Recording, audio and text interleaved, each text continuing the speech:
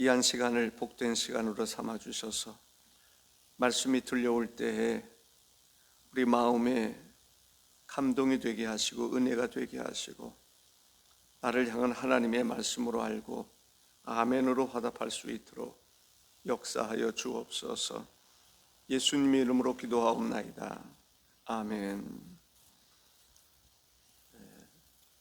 밖에 날씨가 좀 많이 춥죠? 또 추운 가운데서도 하나님께 나오게 된 것을 하나님께서 얼마나 기뻐하실까라는 생각을 하게 됩니다. 오늘 3장 1절과 2절에 이렇게 말씀하고 있습니다. 이러므로 그리스도 예수의 일로 너희 이방인을 위하여 갇힌 자 된 나 바울이 말하거니와 너희를 위하여 내게 주신 하나님의 은혜의 경륜을 너희가 들었을 터이라 했습니다. 바울 사도는 이방인을 향한 사도라 이렇게 이름이 붙어 있습니다. 1절에 그리스도 예수의 일로 너희 이방인을 위하여 라는 말씀을 하고 있습니다. 첫 번째 말씀드리고 싶은 것은 바울 사도에게 주신 하나님의 은혜는 에베소 교회 성도들에게 알려진 바 되었다라는 것입니다. 그 중에 바울 사도는 이방인의 사도다. 이방인의 사도라고 하는 말은 이방인들을 위해서 부르심을 받았다라는 거죠. 바울 사도는 이방인들을 위한, 특별히 유대인들에게도 복음이 증거되지만 이방인들에게 복음이 증거되게 하는 그 사도로 부름을 받았다라는 것입니다. 이방인의 사도로 부름을 받았기 때문에 바울 사도는 주로 이방인 지역에 가서 복음을 전했던 것을 보게 됩니다. 또 이방인들에게 복음을 증거할 때 바울 사도는 보람이 있었을 것입니다. 즐거웠을 것입니다. 왜냐하면 하나님께서 이방인들을 위한 사도로 불러주셨기 때문에 그렇습니다. 복음을 증거하다가 힘들고 어려울 때도 있었을 것입니다. 매도 맞고 그럼에도 불구하고 바울 사도는 이방인들에게 복음 증거하는 것을 사명으로 알고 감당했던 것을 보게 됩니다. 바울 사도는 이방인을 위해서 일하도록 귀한 직분을 받았다. 그것을 은혜로 여겼다라는 것이죠.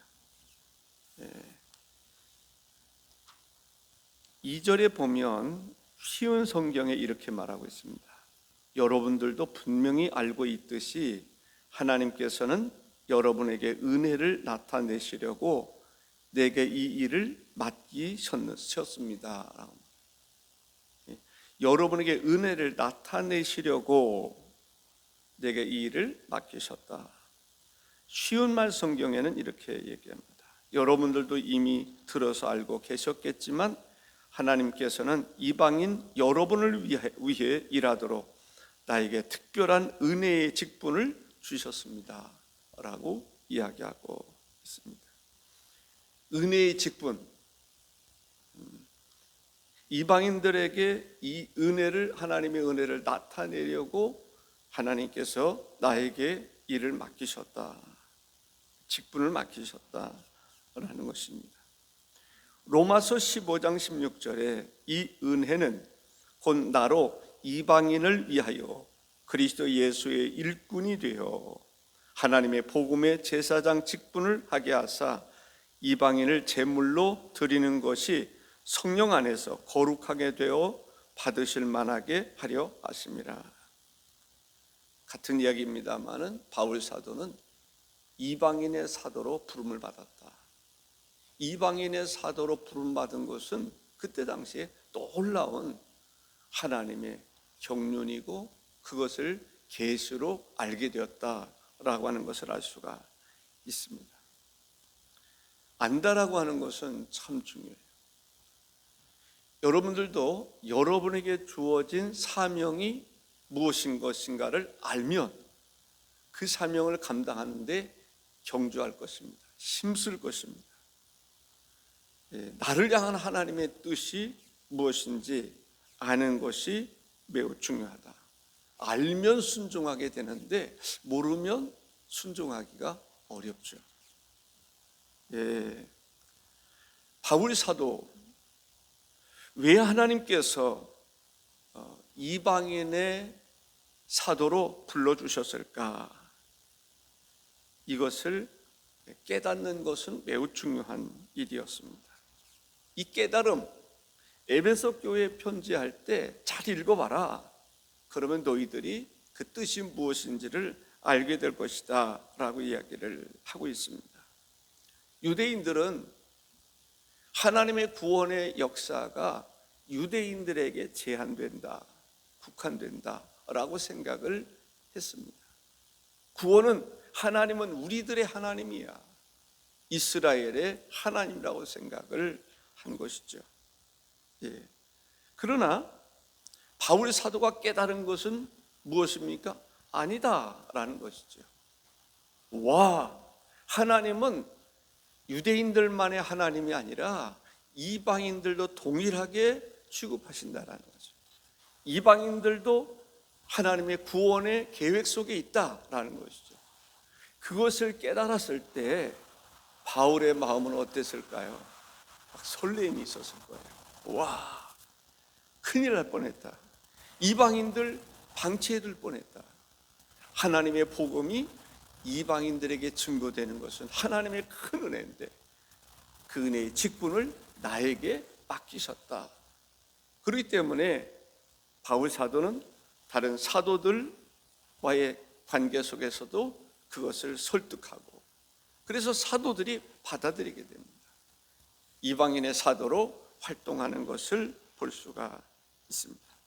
갈라디아서 2장 8절에 보면 베드로에게 역사하사 그를 할례자의 사도로 삼으신 이가 또한 내게 역사하사 나를 이방인의 사도로 삼으셨느니라 라고 하고 있습니다. 사랑하는 성도 여러분, 나에게 주어진 사명이 뭘까? 여러분 한 사람 한 사람에게 주어진 사명이 무엇인가를 깨달을 수 있어야 돼요. 근데 그 깨달음이 무엇으로 가능한가? 하나님께서 알려주셔야 가능하다라는 것이죠. 로마서 1장 5절에 보면 그로 말미암아 우리가 은혜와 사도의 직분을 받아 그의 이름을 위하여 모든 이방인 중에서 믿어 순종하게 하나니 했습니다. 두 번째는 계시로 주신 그리스도의 비밀, 이방인을 향한 하나님의 복음이 있죠. 이것을 너희도 알기를 원한다라고 얘기하고 있습니다. 3절과 4절에 곧 계시로 내게 비밀을 알게 하신 것은 내가 먼저 간단히 기록함과 같으니 그것을 읽으면 내가 그리스도의 비밀을 깨달은 것을 너희가 알 수 있으리라. 읽으면 깨달을 수 있을 것이다. 바울에게 주신 그 비밀, 이방인의 사도로 부름받은 그 사실에 대해서 알게 될 것이다 라는 것이죠. 갈라디아서 1장 12절에 이는 내가 사람에게서 받은 것도 아니요 배운 것도 아니요 오직 그리스도의 예수의 계시로 말미암은 것이라 라고 말합니다. 계시라고 하는 말씀을 우리가 읽을 수 있는데 열어서 보여줬다라는 거죠. 하나님의 은혜의 경륜, 이것은 사람의 힘으로 깨달을 수 있는 게 아니라는 거죠. 하나님이 알려주셔야 된다는 거죠. 근데 하나님께서 그 사실을 바울에게 알려주신 거예요. 이 엄청난 비밀을 바울만 알 수 있는 것이 아니라 에베소 교회 성도들도 알 수 있기를 원한다라는 것을 볼 수가 있습니다. 읽으면 깨달을 수 있을 것이다 라고 4절에서 이야기하고 있습니다. 비밀, 지금 우리는 그 비밀에 대해서 너무 잘 알고 있죠. 이방인을 향한 하나님의 구원의 이러한 비밀을 잘 알고 있습니다만은 초대교회 시절에 바울 사도가 사역했을 그때에는 어떻습니까? 예를 들어서 사도행전 10장에 베드로가 이 하나님의 인도하심을 따라서, 성령의 인도하심을 따라서 고넬료의 집에 가게 됩니다. 가서 복음을 전하죠. 복음을 전할 때 다른 제자들이 그 사실을 알고 뭐라고 그러죠? 바울을 향해서 질책합니다. 어쩌자고 이방인에게 갔느냐 말이죠. 그만큼 이방인에 대해서 예수님의 제자들조차도 복음 전하는 것을 허락지 않았던 것을 보게 됩니다.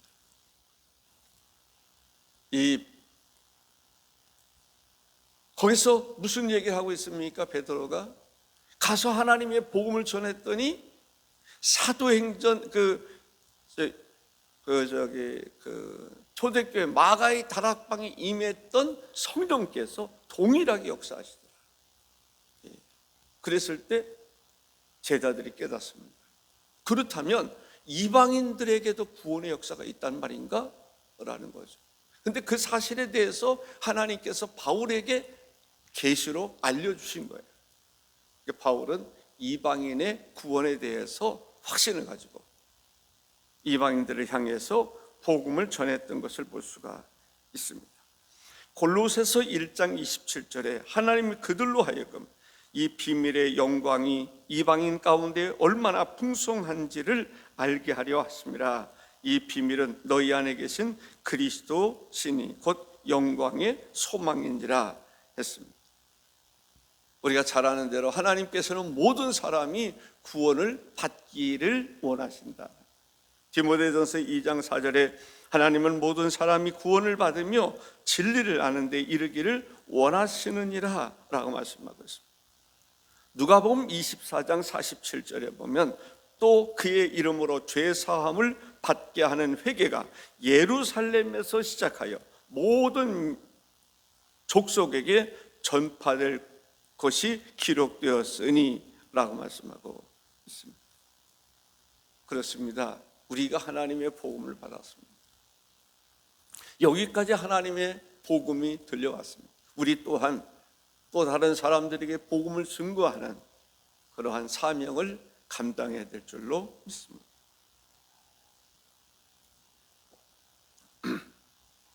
우리나라뿐만 아니라 우리가 미얀마가 됐든지 어디가 됐든지 하나님의 복음 증거하는 일에 우리도 힘써야 되겠다라는 거죠. 세 번째는 복음으로 이방인들도 하나님의 약속에 참여하게 되었다라는 것입니다. 그 사실을 무엇으로 알 수 있습니까? 하나님이 계시를 보여주셨다, 나타내 보여주셨다라는 것입니다. 계시로 하나님이 보여주지 않은 것을 인간이 알 수가 없습니다. 지금도 우리 가운데 성령님이 계십니다. 성령님께서 우리를 깨닫게 하시고 알게 하시고 또 순종하게 하시는 것을 볼 수가 있습니다. 나를 향한, 우리를 향한 하나님의 계획이 무엇인지를 성령께서 알려주신다. 성경을 읽을 때 깨닫게 해주시고 하나님 말씀을 들을 때 깨닫게 해주시고 우리는 한치 앞을 내다볼 수 없는 우리들입니다. 그런데 하나님께서 우리에게 은혜를 주시면 미래를 내다볼 수 있는 그러한 신령한 은혜를 베풀어 주시는 것을 보게 되는 것입니다. 바울 사도가 어디서 복음을 전해야 될지, 나를 향한 하나님의 뜻이 무엇인지를 누구를 통해서 알 수 있습니까? 성령님을 통해서 알 수 있었던 것을 보게 됩니다. 우리가 성령의 충만함을 받고 나를 향한 하나님의 계획, 우리 금성교회를 향한 하나님의 계획을 우리가 알아야 되는 것입니다. 알아야 순종할 수 있는 것이죠. 또 알고도 순종치 않는 사람이 있다면 참 안타까운 일이 아닐 수가 없습니다. 갈라디아서 3장 14절에 보면 이는 그리스도 예수 안에서 아브라함의 복이 이방인에게 미치게 하고 또 우리로 하여금 믿음으로 말미암아 성령의 약속을 받게 하려 함이라 했습니다. 성령께서는 하나님과의 관계뿐만 아니라 인간과의 관계, 오늘 우리를 향한 하나님의 뜻이 무엇인지를 알게 하시는 것을 보게 됩니다. 그렇기 때문에 우리는 성령의 가르치심을 사모해야 되고 성령의 임재를 사모해야 되는 줄로 믿습니다. 바울 사도는 깨달았습니다. 나를 향한 하나님의 은혜의 경륜은 이방인들에게 복음을 증거하는 것이다 라는 것입니다. 이방인을 향한 사도로 부름을 받았기 때문에 그런 이방인 지역에서 거의 생활했습니다. 이방인들에게 복음을 증거할 때 핍박이 많았어요. 그럼에도 불구하고 기쁘고 즐겁고 그랬습니다. 왜? 사명으로 생각하기 때문에 그런 것입니다. 하나님께서 나를 이방인의 사도로 세워주셨다고 하는 확신이 있기 때문에 그 일을 감당할 때 하나님께서 또한 힘도 주시는 것을 볼 수가 있습니다. 이방인들도 하나님의 구원에 참여하도록 하시는 것이죠. 우리도 유대인들처럼 우리만을 향한 구원이 아니라 아직도 우리 주변에는 믿지 아니하는 사람들이 많이 있습니다. 그들에게도 하나님의 복음이 증거되기를 하나님이 원하시는 것입니다. 복음 증거하는 일을 감당함에 있어서 때로는 힘들고 어려울 때도 있겠지만 그럼에도 불구하고 한 사람 한 사람의 영혼을 위해서 복음 증거하는 데 힘쓸 수 있는 그러한 성도들 되시기를 주의 이름으로 바랍니다. 존귀하신 주 하나님 아버지,